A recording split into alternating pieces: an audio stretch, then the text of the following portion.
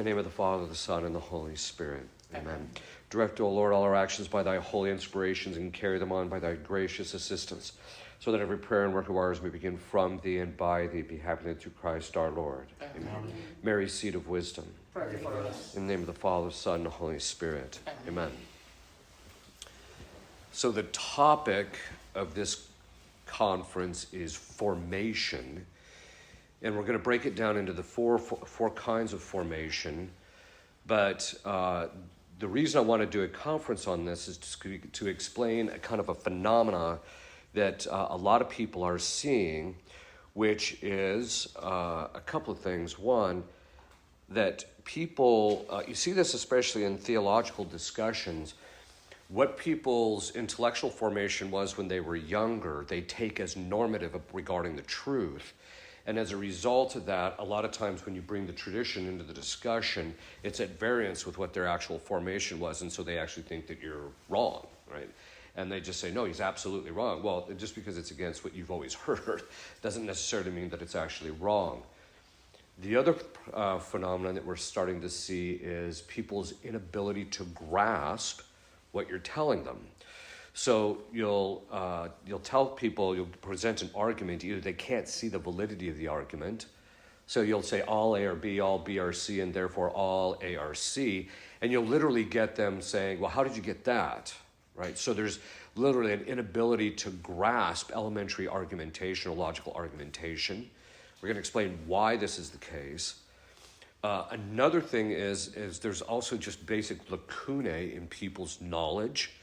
So one of the strokes of genius, because if people don't get certain kinds of information, then they don't get the right kind of formation intellectually, and then as a result of that, what happens is that their ability to actually process what you're saying or to do the research and come to knowledge of the truth is hampered. So one of the strokes of genius after the council was to stop teaching Latin, and Greek for that matter, but Latin, because then what it did is it effectively cut off the upcoming clergy from the tradition, because a vast majority of the tradition is in Latin and Greek, but primarily Latin. And so now they don't even have access to these things. And so one of the things I've started noticing, like for example, when you start talking about anything that has to do with the papacy whatsoever, a lot of which was actually worked out off and on, but especially after the Council of Trent, up through and then past the First Vatican Council and up until about the 1950s, there was a number of things that were being worked out theologically in relationship to how the church actually understood, for example, the limits of papal authority in a variety of different areas, whether it's doctrinal, liturgical, or what have you. And so what happens is, because they're cut off from that, they literally cannot see the validity of your argument. In fact, you'll see this actually in books and even in people's presentations. They literally won't have a citation from prior to 1962. And so then when you start talking to them about, Leo XIII condemned the idea of freedom of religion, they kind of look at you like you're smoking something from Colorado, right? And so the difficulty is that people's intellectual formation, it's not just a matter of lacunae, but it's also bad formation. And we're going to talk about how that works on a psychological level. We're actually going to break the faculties down so that you can see this is why this actually happens to people. The other thing is, and we'll also talk about people's moral formation has a direct impact on their ability to grasp things conceptually. And so if people have had bad moral formation, or if they've had psychological trauma, it actually can block their ability to process things properly, which we'll see here in just a minute. So the first thing I want to do is talk about what formation actually is. I mean, formation literally means to cause the thing to be formed in some fashion. And a form basically means that you're making the thing into what it actually is, because the form is what makes matter be what that thing is. And so you want to, in formation, it's what you receive in the process, but also what you think can have a formative effect. That is, it can determine what is the condition or state of your faculties, which determines their abilities to grasp the truth or not. So we want to go into that, because that is going to provide us with the springboard to the 4 areas of formation. So the first thing we have to do is discuss the various faculties and how they interrelate so that we can begin to see how this all works. So we have 5 senses, and of course these 5 senses put us in contact with reality. These 5 senses are unified. All the sense data from the 5 senses are unified through the common sense power. That's the one that unifies that, and it expresses that unified sense data into the imagination in the form of an image. Now, some of you have actually seen this. St. Thomas calls this a phantasm, which has a slightly different meaning than image, even though they're referring to the same thing. And image has primarily to do with the emphasis on sight, where phantasm is a much broader kind of a term. But it introduces this sense information into the imagination in the form of an image. Then, and at the same time, it also presses it into memory. There's a thing called the cogitative power.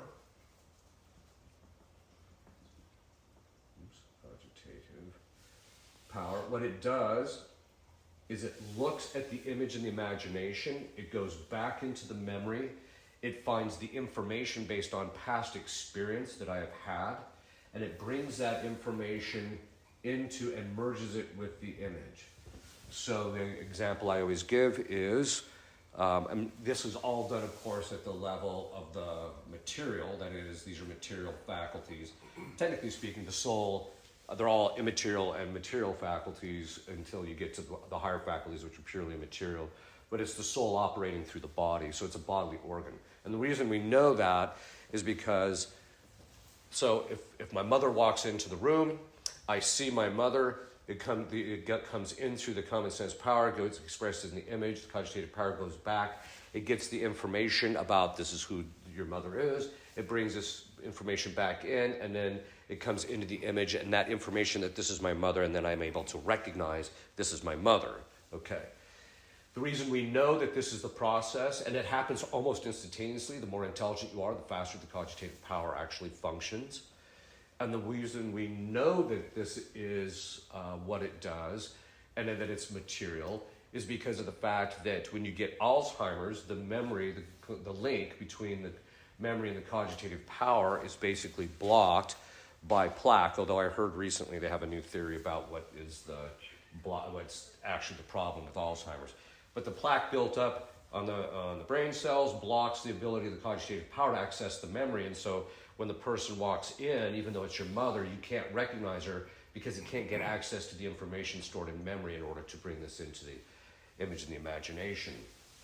The cogitative power, by the way, this is obviously a very abbreviated and a very quick explanation of things, but I want to, even though I've done it in other conferences, I do want to talk about it because if I don't, someone's going to complain on the comment section that I didn't explain this well enough. Okay.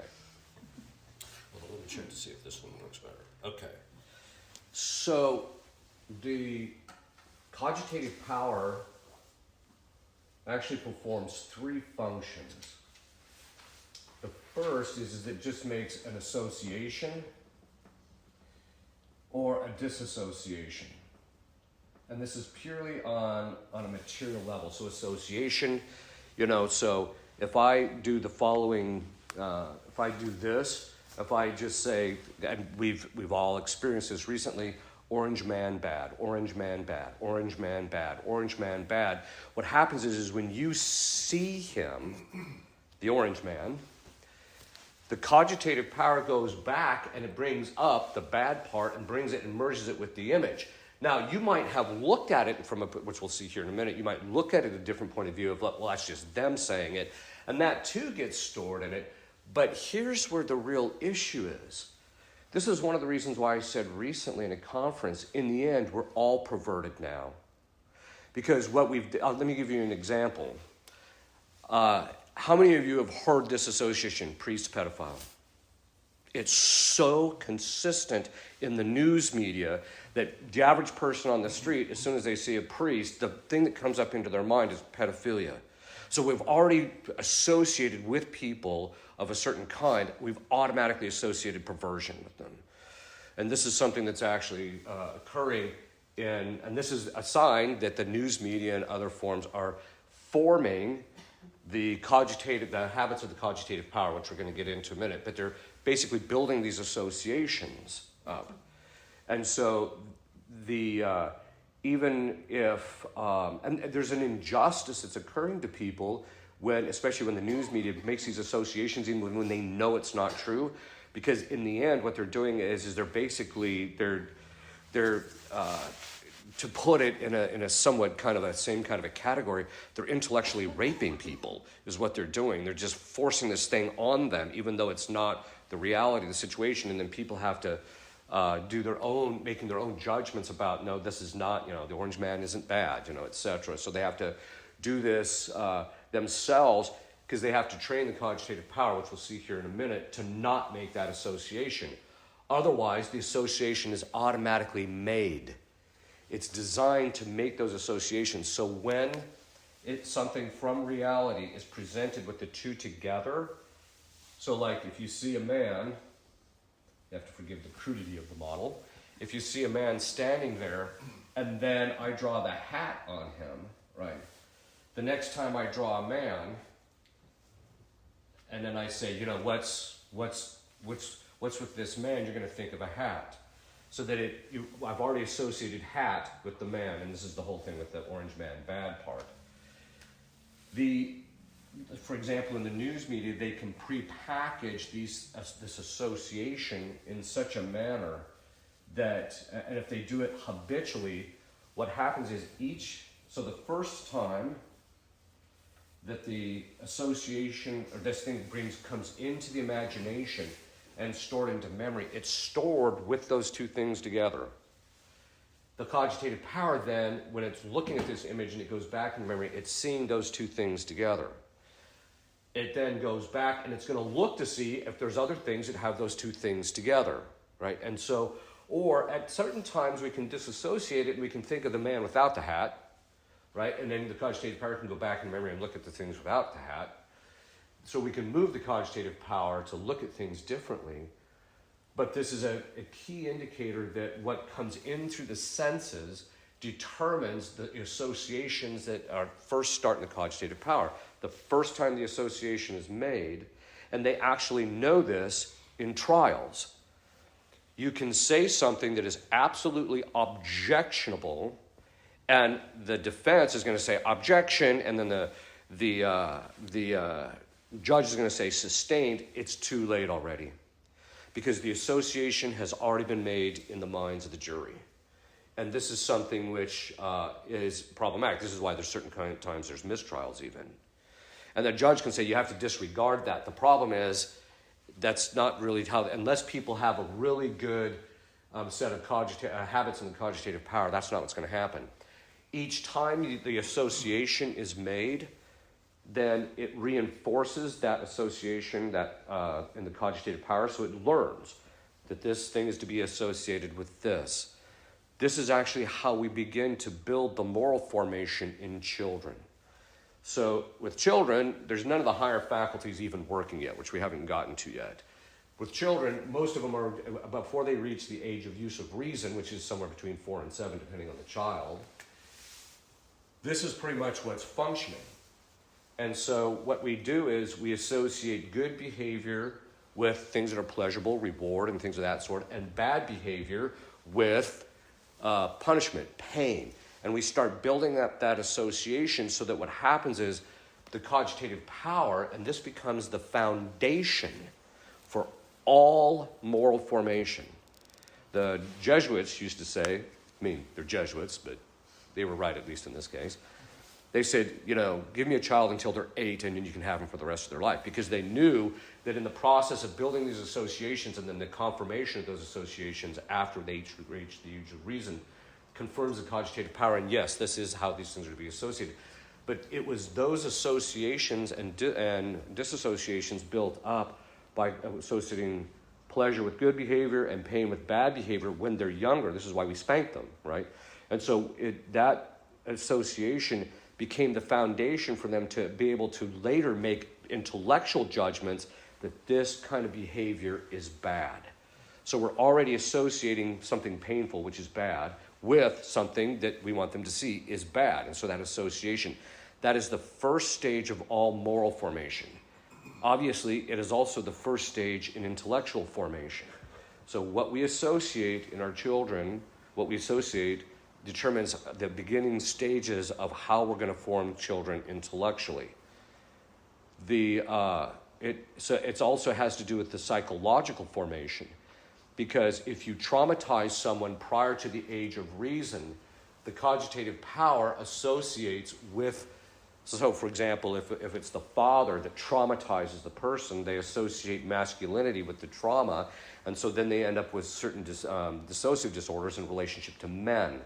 So this is one of the things that you tend to see. So if this trauma continues even after the use of reason, those associations are made, and it's not until it goes through a healing process, which we're going to talk about later, will the person actually be able to make clear, authentic judgments about the reality of the situation, okay?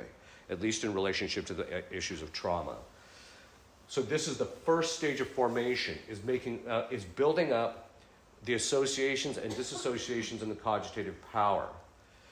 When reason, which we'll see here in just a minute, when the possible, what St. Thomas calls the possible intellect, moves the will to affirm that association in the image, there is, St. Thomas says, there's a ratio or a perspective that's put on that image, and that gets stored, that confirmation, yes, this is true, gets stored in memory. And so the cogitative power sees it, so now it makes that association, yes, this thing is true. And then at the same time, it's stored there so that when in the future, when it goes back to look at that thing, it's going to say, no, this is the actual truth of the situation because I've confirmed it intellectually, okay? Now, why am I getting into this? Because we can actually change the image in our imagination to determine what we associate and what we don't associate. This is why I mentioned, when people say orange man bad, I can say, well, the orange man is not all bad, all right? He's not perfect, but he's not all bad, okay? So you can make those, you can begin that process by just using the will and the intellect to do those things. The second thing it does is it makes an assessment about whether something is good or bad, but not on a moral level, on a purely physical level. So, for example, I go to Switzerland or to Belgium and I eat chocolate, or I go to France and drink wine, right? I can make the associations, right? And I can make just on a physical level, because you get a certain amount of pleasure out of drinking French wine, then you're going to make that association between French and the good tasting wine. And so it can start associating its association, but also it assesses that French wines are good, by and large, obviously.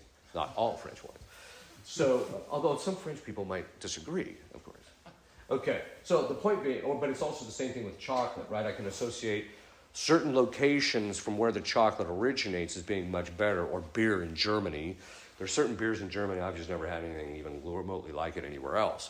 So it can make an assessment of this based upon this is based primarily on the pleasure we get out of it, and also a negative experience that we actually get out of it.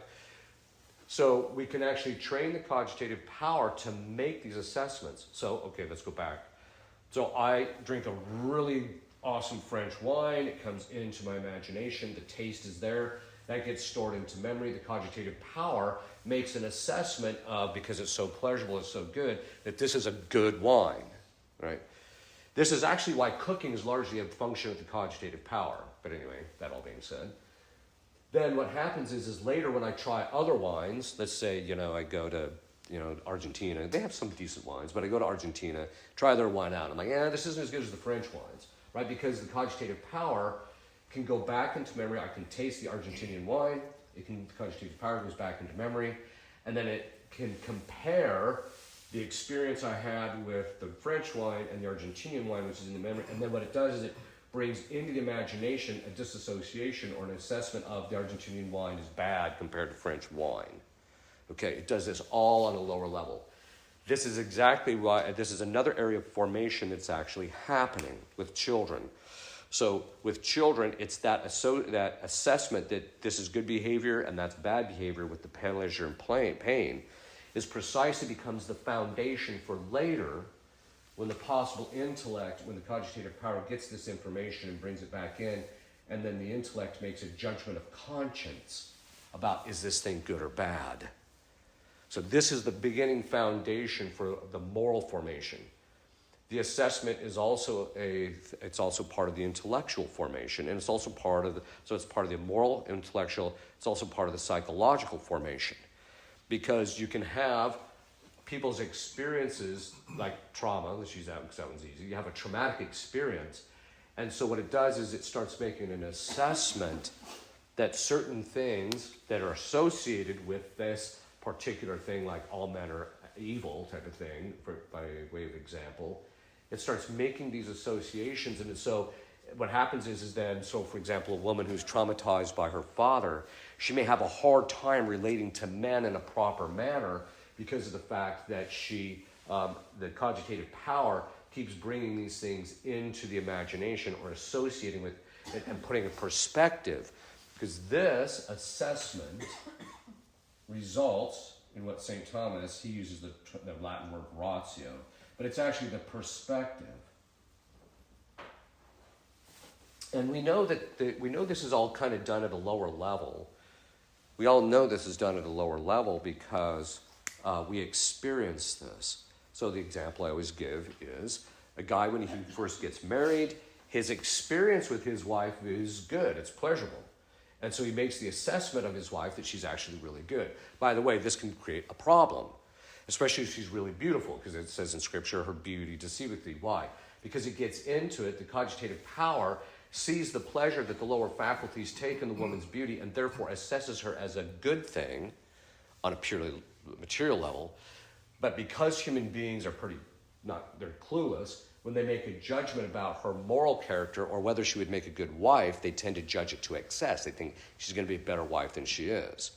Whereas she's just going to, your life is going to be miserable right after. Okay. Even though she's absolutely beautiful, she's a hag. So you're going to be so brutal. 10 years later, you're just going to wish you never had gotten married. It's that kind of a thing. Okay. So the point is, and by the way, this can happen on both sides of the equation with men and women. But it's this assessment is the foundation for that affects judgment, which we haven't gotten to yet, but we'll get to that in a minute. But it is the building of the assessments of things good and bad is how we form people psychologically on one level, because we want certain reactions out of them. So, that's why I use the example, orange man bad. If every single time I say orange man bad, and bad, and look at he did this, he did that, even though they may not necessarily be true, I start associating things with him that are false. And then what happens is that people's assessment of him becomes formed because why?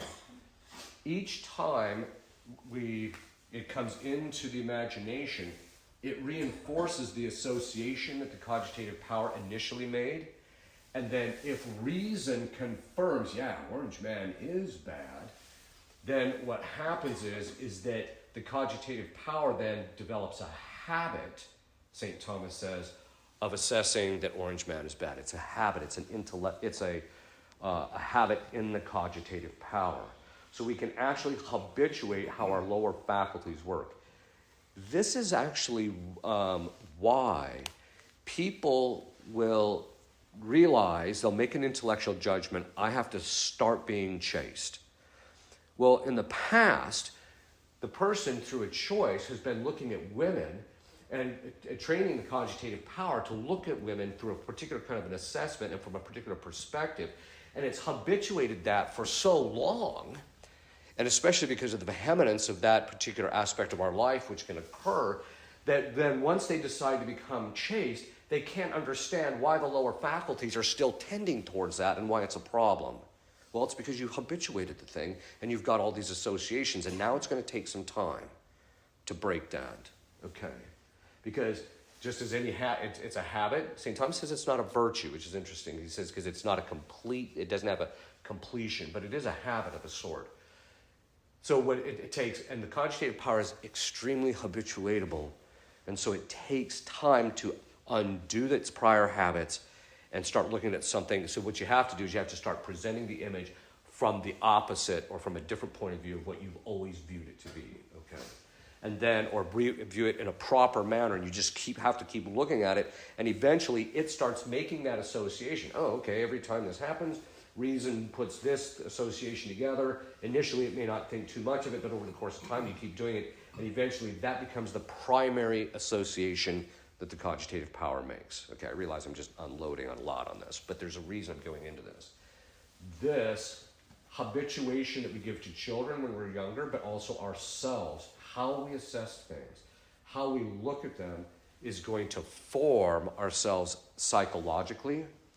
How we look at them is going to determine the reasoning process later, which we'll see here in a minute. And it's also going to determine my judgment about matters. It's literally intellectually forming me. So it's psychologically, intellectually forming me. It's also going to start forming how I view certain moral issues. So it's going to affect my moral formation. So, for example, if you go to question 153, Article 5, in the Secundus Secundis, St. Thomas talks about the psychological progression that happens. The person initially knows, he makes a judgment that fornication is immoral. Bessie Sue walks in, she's so beautiful, and as a result of that, his judgment's drawn to excess. He thinks it's okay in this case. So that first assessment by reason then gets stored in memory, and it gets starts habituating the cogitative power.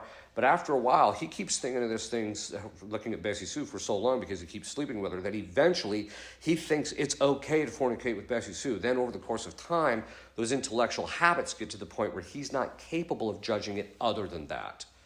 That's where we're going to get to here in just a little bit. Okay. Once it makes a judgment about an assessment that this thing is good or bad, then what happens is our appetites, our sensitive appetites, when it sees the perspective, somebody opens up a French bottle of wine, I see the French bottle of wine. The one I usually use in this is I see a steak cooking on the grill. Right? Now, to any normal man, that is a cause for getting giddy. Right? You're just happy just to see that puppy. In fact, they actually found out in brain studies, all you have to do is show men meat, and it releases pleasure drugs in their brain. Okay, so the point being is that what happens is I just see this thing, and then the cogitative power makes that assessment, and then what happens is once it's seen as good, then what happens is the appetites get moved by it based upon the particular perspective that it has, and that motion towards the object or away from the object we call emotion. So, for example, if I see the French bottle of wine or I see the steak, then what happens when I first see it, it says, oh man, I've had that bottle of wine. That is really good wine. And so then what happens is the appetite of desire, which is that the presence of the object is not fully present to the person yet, that I have the emotion of desire in relationship to the French wine or to the steak. And then someone steps in and says, sorry, Father, you get no wine tonight.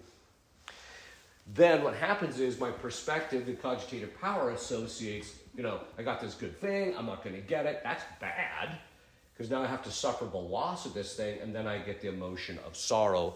Or if I decide I'm going to club the guy over the head, it's anger, right? And so it's ultimately the assessment of the cogitative power initially that determines what we call antecedent appetite. Now, why am I going into this? Because you've heard me talk about this. Our intellectual formation as children, but also as we get older, even the things that we put into our minds has a direct impact on the associations and the habituation of the cogitative power, and therefore how the cogitative power in the future will prepare the image And as a result of that, what my emotional life is going to be in the future regarding this thing. I'm literally forming the lower faculties to behave in a specific way to get a specific kind of a response. What does this actually mean? It means if you have any antecedent appetite at all, it means that there's a problem, not just in relationship to your emotions. There's a problem in the cogitative powers association and assessment that has to be reformed. And that's actually what virtue does. As you start performing the act of virtue, at first it's really hard and negative in the cogitative powers, like, I don't like this. And then emotionally, you're like, I don't like this. But you have to just keep doing it because reason knows, no, this is the good thing. And then you keep trying to look at it from that perspective. And as you start doing it, the body begins to adjust to itself. Then the cogitative power starts to see the good of the thing because it keeps being put there by the possible intellect and will. And then over the course of time, your emotional response to that particular thing changes for the better, right, in a more virtuous manner. But anytime you have any kind of antecedent appetite, that's an indicator that there's a vice somewhere in there's been a habituation usually. Not always, because you can have some of this just from the wounds of original sin. But by the time you get to the point where you're into your, you're about the age of 7, 8, or 9, you're already developing these antecedent appetites and emotions, and you're confirming the associations of the cogitative power. Okay, so this is one of the reasons why. I'll give you an example of how this works. So parents, if one of the parents does something and the other parent gets angry with their spouse, the children standing there watching it, what they see, what happens is the particular activity or the particular thing that the child sees comes into the imagination, and then it also sees concomitantly with that the reaction of anger on the side of the parent. And that anger also is brought into it, the visible aspects of that anger come into the image in the imagination. This means that the cogitative power now associates with these particular activities or things that this is to be assessed as bad because you've presented the image as this thing, and this, I'm angry, this means this thing is bad. That's association's already been made, that get started in memory. And so later when the child gets to a certain, and you've literally started forming your kid. So every time you do that, it forms the mind of your child, and it reinforces this association that when my wife does X or my husband does Y and I get angry, that children are, it's called implicit learning, automatically making that association when they're children. That's how you're forming your kids. 90% of formation with children doesn't have to do with sitting them down and saying this is this virtue and that virtue, although that is a key part of it. 90% of it is just how they see you behave in certain circumstances, because those are all the associations that are now made in their mind. This is one of the reasons why things like daycare are just really bad. Because all this initial formation of the child that's being done in the cogitative power is all being done away from the family. And it's being done the kid's going to having different kinds of associations than he would if it was actually done within the context of a loving family. Okay. But it also tells parents how much of an impact that they have just by their own behavior. This is actually one of the reasons why I tell fathers, your kids have to see you praying. They just can't hear you say, yeah, you got to be Catholic and you've got to pray. They have to see you doing it. Because when they see you doing it, that's when they start making the associations between God and how he's to be worshipped and things of that sort. This is also, by the way, if you talk about these associations, this is precisely why I tell parents, look if you're going to the new Mass, this is what's going to happen long term.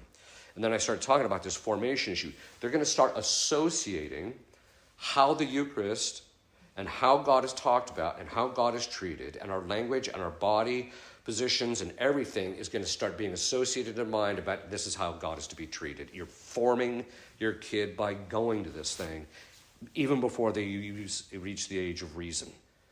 This is one of the reasons I'm telling people, maybe before the kid can even make any associations, before they're a year or two old, maybe But after that, you've got a problem on your hand if you keep doing this, because that's the associations you're going to end up making, right? And so this becomes, a pretty serious issue. Okay. The last thing that the cogitative power does is that prepares the image for abstraction. Now, what does this actually mean? It basically means that the cogitative power can be trained to make associations and disassociations without going into the assessment of the thing, but just looking at it on a purely objective level and just putting things together and preparing it. So this is how it works. I see, let me just see what would be an example of it. Well, I'll use one that I'm writing on right now. So I come up and I see an engine in a car, and I start tearing the car down, etc. Then what happens is that I have to stand back and say, why isn't this thing running, right? So then what happens is the cogitative power has to look at this machine from the point of view of what are the constituent parts that are going to make it run, and why wouldn't it run? Why is it running the way that it's running, etc. And then what happens is I basically form the image to look at it from that perspective. The cogitative power then goes back into memory. It drags up my prior mechanical experience, and then it brings it back in, and you're like, yeah, it's probably this is what the issue is. Okay. And then what I can do is I can then look at that. I can then look at it from a different point of view. And so basically, this is how we engage in abstract thought, in the sense that the cogitative power just starts making these associations and building the image, so that once from the image I abstract the concept or the nature of the thing out of it. Once I abstract from that image the concept of the thing, I have understanding. My pens are not cooperating. I have understanding. The impossible intellect looks at this concept, what I'm understanding, and then it looks back at the image, and then to see that this is A, B, or C, and then it makes a judgment. So, for example, I see a number of different dogs. I abstract from all the images of of dogs the concept of dogness. This is what the nature of a dog is. And then the possible intellect can look at this, and then it can go back at the judgment, and it can move the image, and I can decide, are all dogs four-footed? And so then what happens is the cogitative power, if I look at it from that point of view, the cogitative power goes back, and then it basically comes back and said, yeah, the only dogs you've ever seen that weren't four-footed were ones that had its leg cut off or something like that. So that information gets put in there, and then I can actually make the judgment that all dogs are four-footed. Okay. So, what does this mean? It means that my judgment about matters, my intellectual judgment, by the way, this is done at the level of the immaterial. And by the way, we are actually getting to the topic of this conference, but I just got to lay this out. This means that my judgment is directly impacted by how accurate my image is in relationship to its grasp of reality, but also how well and properly it's prepared by the cogitative power. And therefore, the emotions are not part of the equation, because the emotions tend to cause, St. Thomas says, the image to appear better than it is or worse than it is. And so he says, as a result, it causes my judgment to go to excess or defect. So if I'm going to look at something objectively, the first thing I got to do is get the emotions out of the equation and start looking at this thing purely on an objective level. Okay, now here's the thing. So I make an I go through this process, my cogitative power makes the associations, my image comes together, and then I make a judgment about this. The minute I make that judgment, St. Thomas says, in my possible intellect is left an inchoate habit. What does he mean by that? He says, basically, it's the beginnings of a habit that determine how I judge things. Now remember, the judgment is where the truth lies.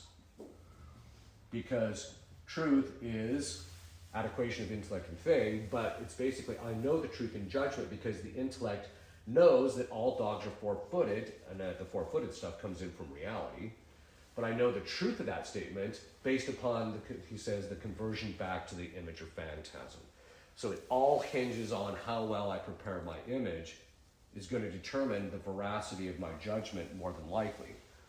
This is actually why Aristotle said that the way you train the possible intellect, the way you form it, that is, education by its very nature, is the way you get the proper judgments and therefore the proper intellectual habits, because each time I judgment, it reinforces that habit, or it changes that habit, or it deepens that habit. The way I do that is what images I present to the student. It's what the teacher, the imagery that it presents to the student is going to determine how the cogitative power is going to make its association, but also then my active judgment when I look at that image.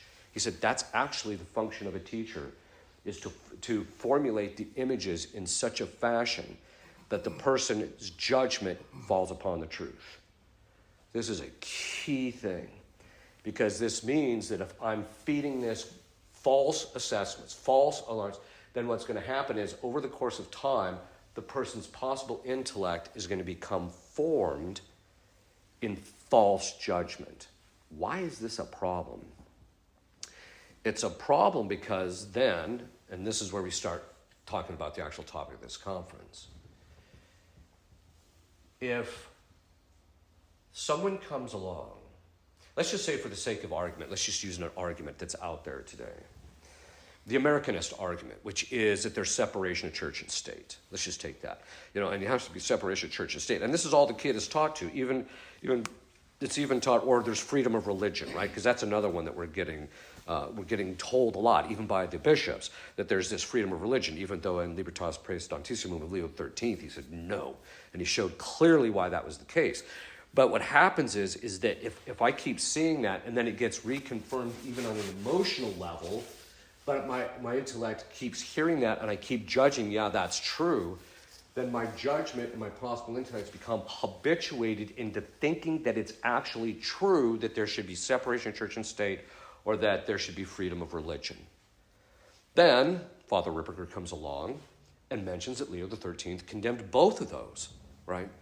Then what happens is when that new information comes into the person's imagination, if there's a predisposition to want to know the truth, and that's primarily because the person emotionally has decided, I want to follow the truth and I'm willing to do whatever is painful. So there's a prior moral formation in the right direction, and they have, basically that means they have goodwill. Then what will happen is when they first hear this, the intellect, when it makes that judgment, it may see something true in it, but it doesn't fully grasp it yet. And so the person's like, well, wait a minute. And then you can start laying out the arguments, and then if they have sufficient other intellectual virtues, they can immediately corrupt that false intellectual habit. But that's not how most people function. Most people function where their intellectual habits become so ingrained, especially by a certain age. Usually it's by the time they've reached 25, it's fairly set. This is why the formational issues in those beginning stages are so key. What happens is that when the person hears this is what happens. So when I come in and I said, no, there cannot be any separation of church and state, what happens is the cogitative power goes back into the memory, and it remembers false arguments in relationship to that, or it only sees the two put together, that separation of church and state, this is how these two are always to be understood, and it keeps bringing it back so that when I make the judgment, I'm literally intellectually blind, I'm blocked, because A, my cogitative power isn't presenting the right imagery, or even if the image is there, that intellectual habit I have of always judging it that there is separation church and state, when I first hear it, my first intellectual judgment is going to be that's false. That's the first thing that's going to happen. So this is one of the reasons why, so why am I going into all this? I wanted you to be able to see there's three things. What information we feed people is going to determine their intellectual habits. This is precisely why most priests are the product of their formation. What intellectual formation, what spiritual formation, what moral formation, and even psychological formation that they received in the seminary is going to determine, in large part, their intellectual habits and how they're going to see these things.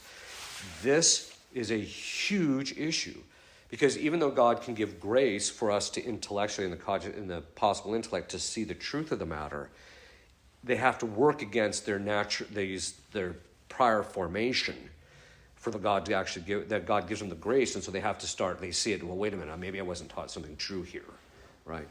But if they're not taught the right things, or if they are taught the right things, if they're taught the right things, it means that they associate the habits of the cogitative power, the content of information they have in the memory, and the habits that they have in the possible intellect, that formation, making it what the person's intellectual framework is, creates a situation where he is more capable of coming upon the truth than if it's false. If it's false, he's going to have a harder time because these intellectual habits are going to be draining him in the opposite direction. We're seeing this with kids across the board, right? This also means that there has to be a proper moral formation, because if the emotions and the lower faculties don't have that sufficient virtue, they're just going to clamor. And the minute they hear, there's no separation of church and state, the guy's just going to get angry, and then he's not going to be able to, that anger is going to get into the image and the imagination, and so his judgment is going to be flawed. He is not going to be able to see with clarity what you're saying, more than likely. It's going to be blocked, or he's just going to be drawn by excess or defect in what you're saying. So, the first then is what intellectual formation we give to our children, to the priests.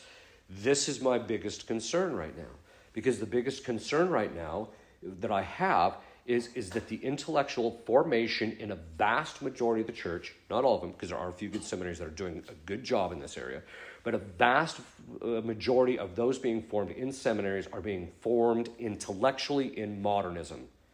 They're developing the intellectual habits of modernists. And so then when you bring a traditional argument forward, there's an immediate visceral reaction. There's an immediate rejection and judgment that it's actually not true, even when it's in black and white and they can read it.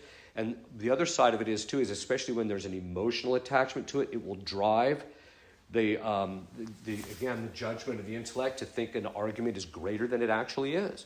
So, for example, if you present the argument of Leo XIII that why there cannot be freedom of religion, and the reason there cannot be freedom of religion, he said, is because the conscience of the creature does not trump the rights of the Creator to rightly ordered worship. It doesn't matter what the conscience of the creature is.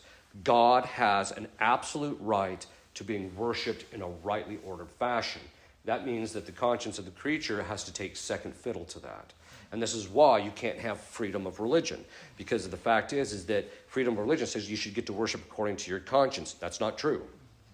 I can't force you to do something contrary to conscience, but that's an entirely different question than letting you just have free reign on how you think God should be worshipped.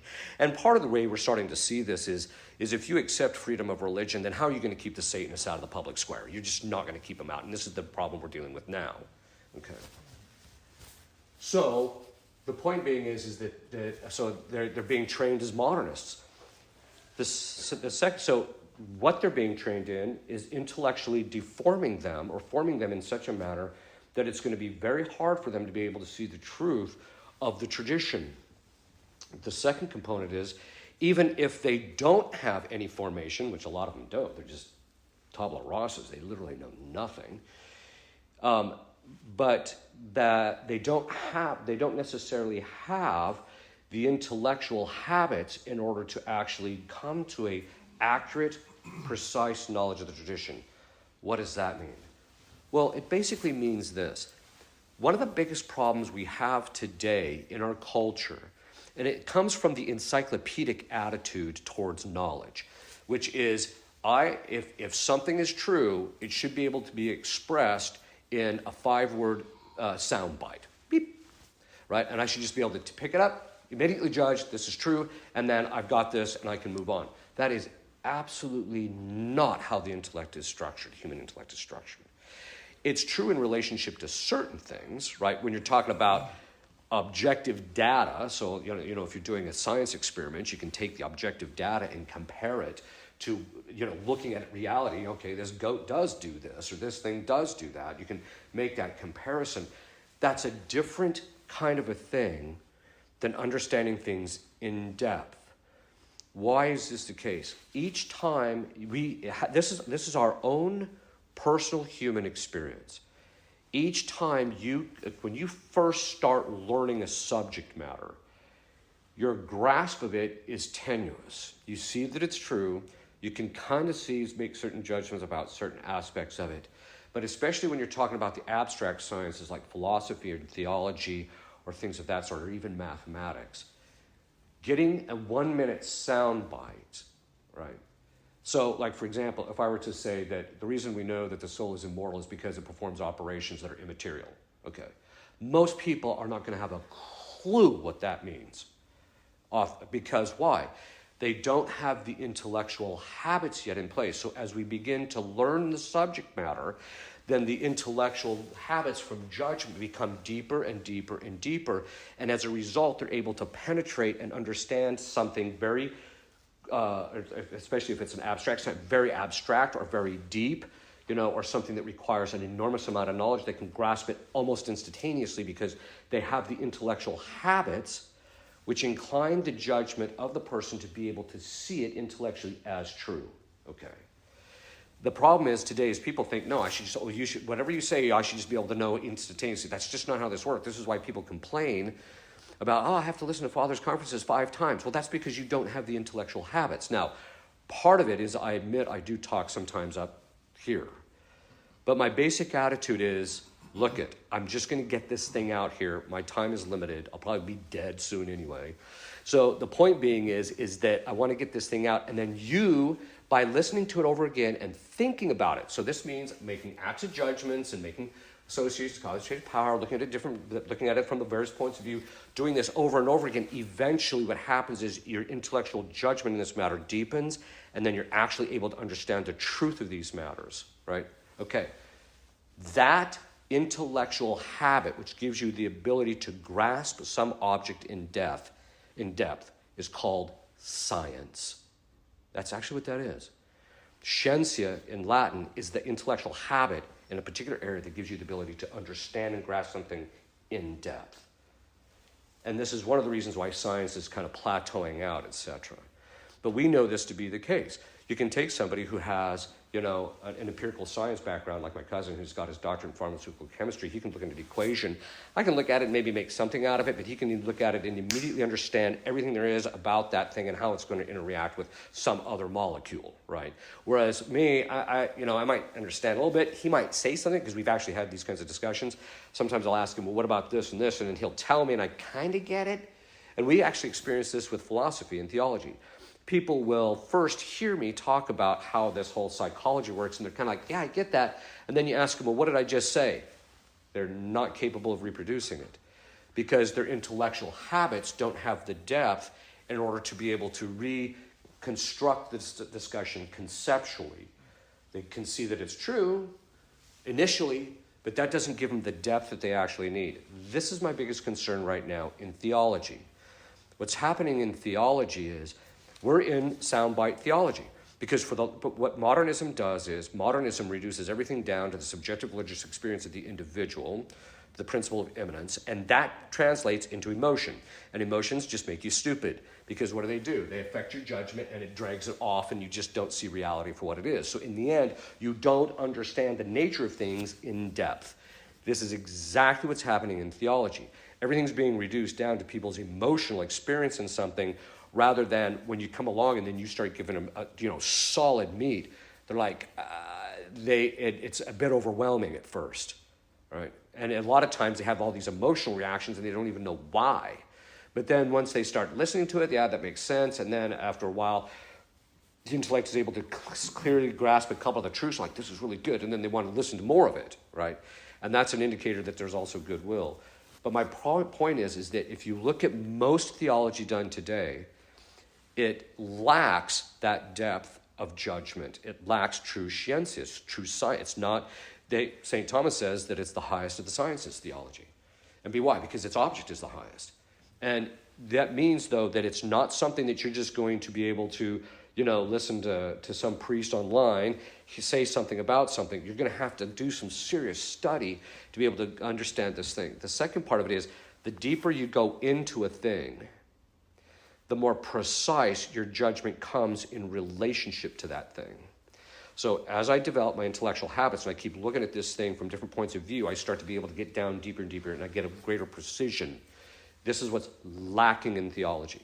This is why you get online, and you'll say, well, the Pope is limited in his authority in relationship to doctrinal matters, and you get somebody who just says he's infallible. Okay, he is infallible. There's your sound bite, but here's how this is intellectually to be understood. And then they look at you like you're a heretic because they've never heard this before, right? Okay. So if we're going to get to the point in theology to where and this is my concern, I'll go back to a statement I made, my concern with the young priests coming up, aside from those that are being formed in traditional religious orders, my concern about some of these guys coming through the New Rite seminaries, even the best of them, their lack of knowledge is such that they don't even have the memory or the information they need. Second, they don't have the intellectual habits, so they don't understand things like Latin, or they don't even understand the habit of thinking that the church would actually have in relationship to a particular topic. And so when it comes time to discuss it with them, they're all over the map. They have a hard time dealing with it, or they just dismiss it because they don't want to deal with it. Okay. And so my concern is, let's just say for the sake of argument, there's a chastisement. And God tells all of us, you're all evil. Okay. And we're like, okay, I'm evil, so I got to get my act together. And these people all realize I have to be a good Catholic, and I have to start being a good Catholic priest, and I have to start studying, what the church actually teaches. They don't even know where to go. One of the discussions that we've actually had in our community is that one of the things that I'm slowly, surely teaching. There's one guy that actually knows, because he's got his license in sacred theology. He kind of knows where most of the sources are. But when it comes to certain things, you have to know where you can find this information. These guys don't even know any of that. They don't even know what the card catalog is pointing to them in the library, literally. And so I don't see, my biggest concern is that even if there's a chastisement, and let's just say for the sake of argument, I realize the jury's out on whether this is authentic or not, but there's an enlightenment of conscience. That enlightenment of conscience isn't going to take the place. It's an important thing, it's a necessary thing to right the will and to provide a disposition in the appetites to say, okay, I got to get my act together. That's an entirely different thing than having the right intellectual habits to proceed forward. That's where the danger is going to be, I think, going forward in the future. In fact, I think that if we go through this and then we have the 25 years of good harvest, which Our Lady mentioned at La Salette, after the chastisement and things are great and the church resurrects, it's going to be messy for a while, right?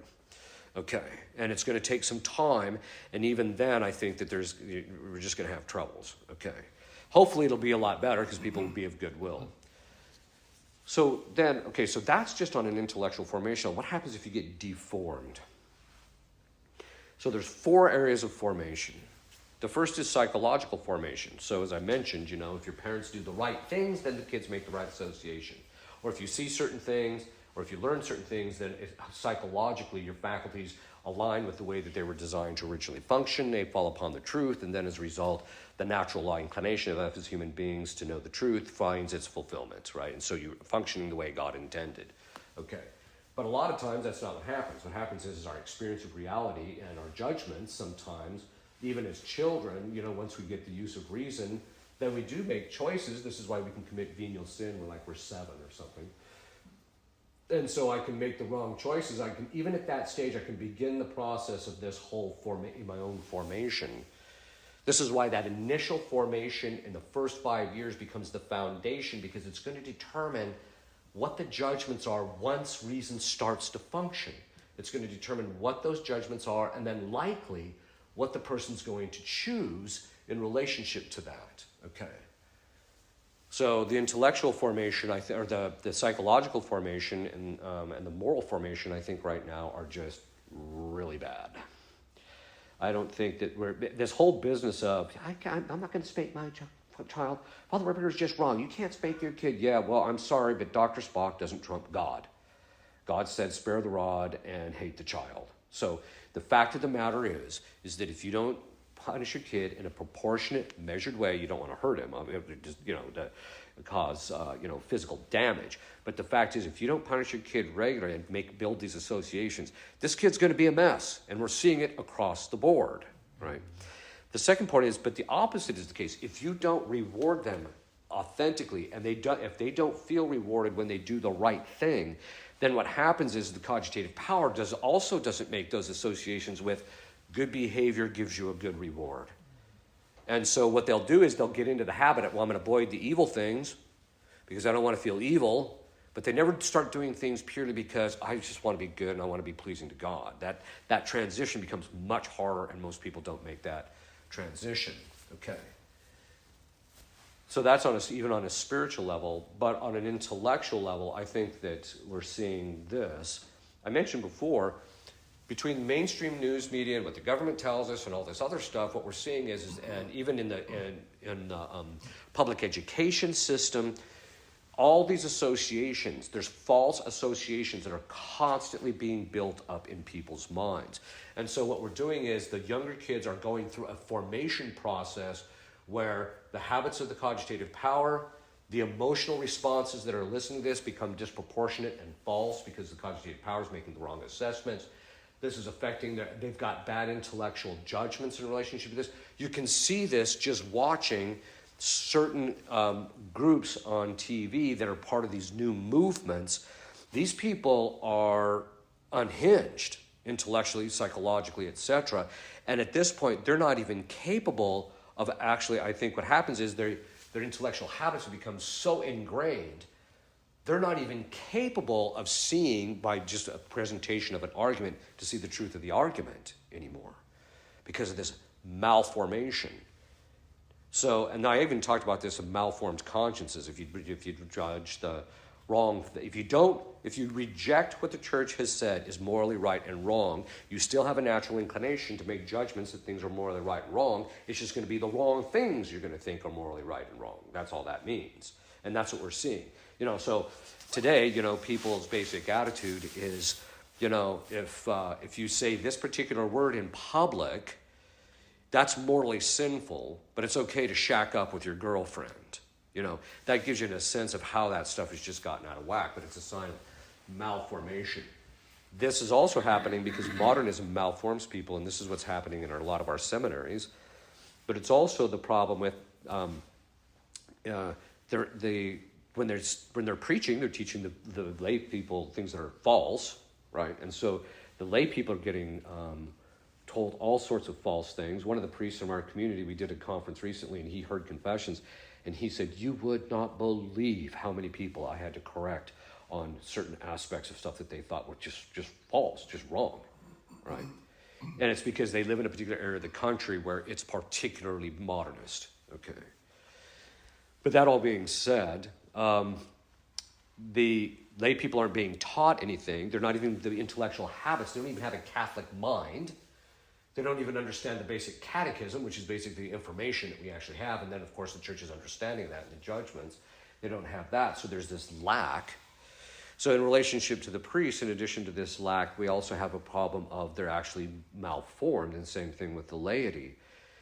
So the malformation or the deformation that's actually has happened now means we have a group of people who have a set of intellectual habits that make them at variance from being able to follow Catholic arguments. You can't present a Catholic argument to them and they actually see the truth of it. Many of them, not all of them. Some of them do. Some of them are. The irony of it is that sometimes when they've gotten absolutely no formation, when you present the Catholic faith to them and they actually have the infused virtue faith, they see the truth of it and say, hey, well, that makes a lot of sense. I like that. It's the people that have been malformed that you're seeing more and more, and this is why you see this more on the forums, the fora online, is all these people are piping up and they don't even know what Catholic theology actually is. And when you present a Catholic theological argument, they're not capable of actually seeing even the truth of the matter.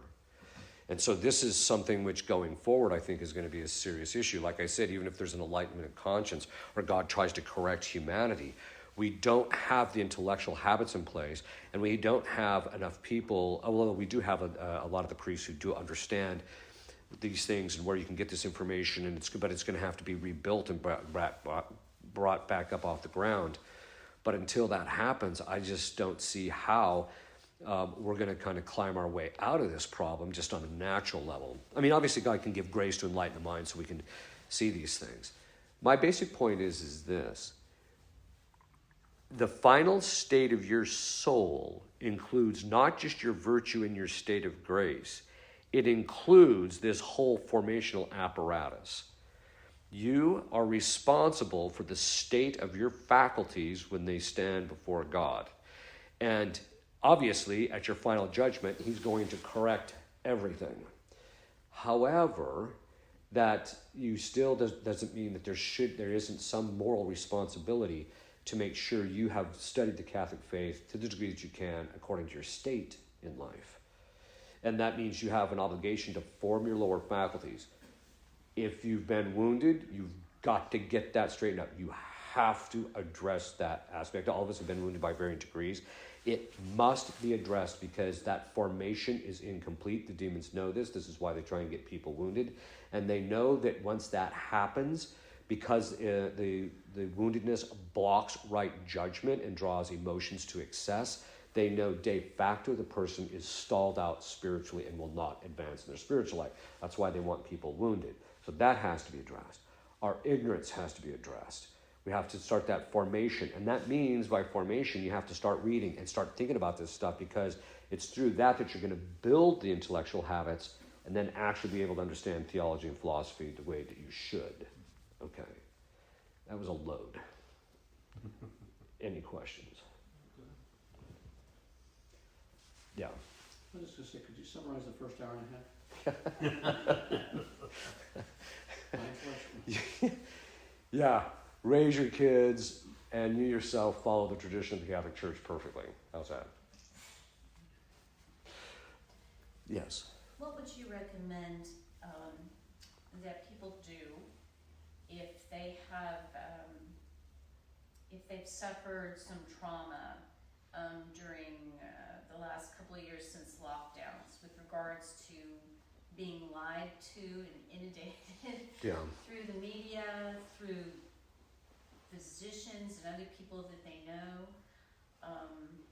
How do you start to climb out of that and start to associate things properly after having to?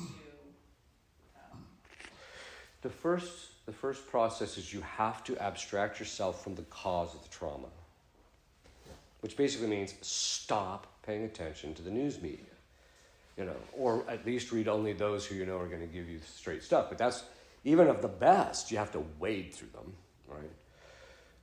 The other thing is to start focusing on your spiritual life and then start figuring out and asking our Lord to heal you because He can actually heal you. But the first step is to abstract yourself from that stuff and start trying to look at things in a proper fashion and studying and also forgiving these people, etc. But there's a whole series of process. I actually have a whole conference on wounds and healing. You can follow those. But the first step is to abstract yourself from the cause of the trauma. And people have to stop listening to the news media. I've said this before. Yeah. And that's, by the way, that's all of us. I mentioned before, we're all perverts now is my phrase. That's actually true even with all of us because even if you know the right thing and you have the proper intellectual framework and all this stuff, each time you look at that stuff, you're still submitting your cogitative power to those associations. So you should really only be doing that if you need to. Because otherwise, you're putting into this things that are, you can look at them properly and say, no, that's false, that's wrong, and your state in life might require you to study these things in order to give an adequate answer. And in that particular, but that's presuming you have the proper framework. But if you don't have a proper philosophical and theological framework, you need to get away from that stuff until you do. Yes? How do you address woundedness? That's a whole conference on itself. So I do have a conference on wounds and healing. I have 4 of them that you can, and I also talk about it in both of my books on psychology about what they actually are in a Thomistic sense, where the wounds actually are, and then how they're overcome. So, okay. You can almost take the last 2 years and apply what has happened and the gaslighting, etc., to your lecture and how everything's been distorted. Yeah. and amplified through the false assumption that the media is telling you the truth, and how many people are affected by it. Yeah, I did do a conference on brainwashing, which it was very similar to this, but there's a lot of stuff that's different in it, in the sense that we have to realize that we're actually causing intellectual habits and forming ourselves by how we engage in this stuff, and how we let our children engage in it. This is one of the reasons why I tell people, look, as a general rule, your kids really shouldn't have access to the general media until they get to the point where they have enough intellectual habits to be able to make proper judgments of the matter. Then they actually need a limited but guided exposure to it so that they can confirm and solidify those habits of thinking, those intellectual virtues. But, and so you can't keep them until they're 18 and never let them see anything. It just means it has to be done in a gradated fashion. But you're right in the sense that,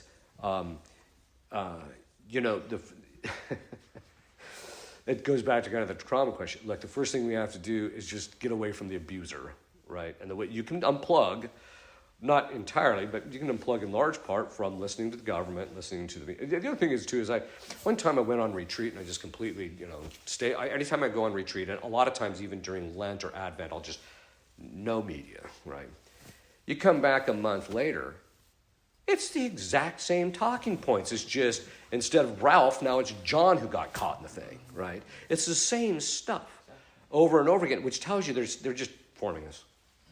And this is the problem. It's part of it's just the social engineering, but the other part of this is that this formation is really important, because how you train your children to build up these associations, and then how you develop your own intellectual habits and guide them in the process of developing the intellectual habits, and then also developing the moral virtues so that their emotions are kept in check so they can think clearly.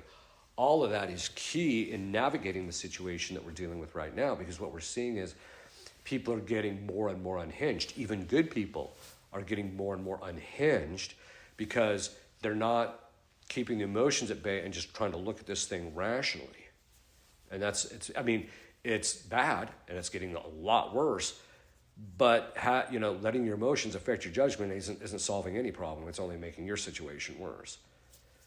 So, okay, yes. So outside of yourself, where can you go to get these proper theological formations? And because there's so much information out there. We use the Baltimore Catechism. Yeah, that's a good foundation. But there's got to be something for younger adults or even adults themselves, because that's pretty some. People can look at that. Yeah. That's kid stuff. Well, there's the Roman Catechism for that, but then there's also the Catechism Explained. There's a couple of things in there we're about to edit out in the new edition that's going to come out through Mediatrix Press. But the one that's even out there now, if you know what you're looking at, it's less of you can sidestep those. But that starts giving you the depth as well in understanding, giving you that intellectual framework. And the more you think about it, the more you read it. If you don't understand something, you have to go back and reread it, and you have to keep looking at it. You might pass it up for a little bit and go back and reread it again in order to get that those intellectual habits. But that's actually a really good catechism, I think, to start with. There's other works, but I usually tell people this is where this is your basic level that you need to reach, and then once you have that, then I can start making recommendations about various areas of theology or philosophy that you want to master. The other thing I think that would be really important for people to do, if they can, is especially the boys, but the girls too, that are coming up through homeschooling. When they reach 14, you should start a basic a set of courses in philosophy, starting with logic, philosophy of man, ethics, and then by the time they get, because historically, people went to college at 14. They didn't wait till they were 18, right? So there's no reason they can't start that. Obviously, it's going to have to be adjusted a little bit, but you can start, if you start forming them in those intellectual, philosophical habits, when they go to theology, they'll have that intellectual set of habits and framework to be able to really deep dive into theology. Yes. With the use and abuse of internet today, where people have answers to any question, just without effort, just clicking, how do you see what the intellect will become? Where people don't have the logic Yes, working, that's right. you know? Yeah, well, it kind of goes, yes, that's absolutely correct. So there's two parts to it. The first is it goes back to that soundbite approach. I should be able to just get on, get my quick Wikipedia answer, and then I've got the answer. Yeah. And I'm sorry, but there are certain philosophical arguments that you have to go through a series of, like for example, to actually understand why, according to the natural law, the contraception is immoral, you need to have a fair amount of background first before you're going to be able to make that judgment, right? So there has to be that. So we have to get past that. But the other part of it is that, and this is one thing, I think people have to go back to reading more and staying away from electronics. And the reason being is they have a thing called electronic amnesia. When they first started measuring electronic amnesia about 15 years ago, they found out from the time in which somebody looked something up on the internet to the time they forgot it, it was 22 seconds. 7 years ago, it went down to 11 seconds. The last time they checked it, which I think was about 2 years ago, it's down to 7 seconds. Now, historically, the virtue of memory was twofold. One, it was one that related to prudence, but it was also a habit of mind of being able to remember things. This is why St. Thomas could sit down and read a 200-page book and have memorized 98% of it in a single reading, because their memories were that developed. And then from that, then they had everything here from which then they could form the right images and then gain a greater depth in their judgment, right? We have to get away from if you're going to do real intellectual and to form the intellectual habits and the possible intellect to really form them there well, you have to get away from the electronics. You got to read. So You can't read it electronically. well, they actually know that it actually causes brainwave issues and all Right. that. So I just tell people no, just get a Yeah. book. So, okay. If you'll kneel, I'll give you a blessing. Benedictio Dei omnipotentis, Patris et Filii et Spiritus Sancti, super vos et semper. Amen. Amen.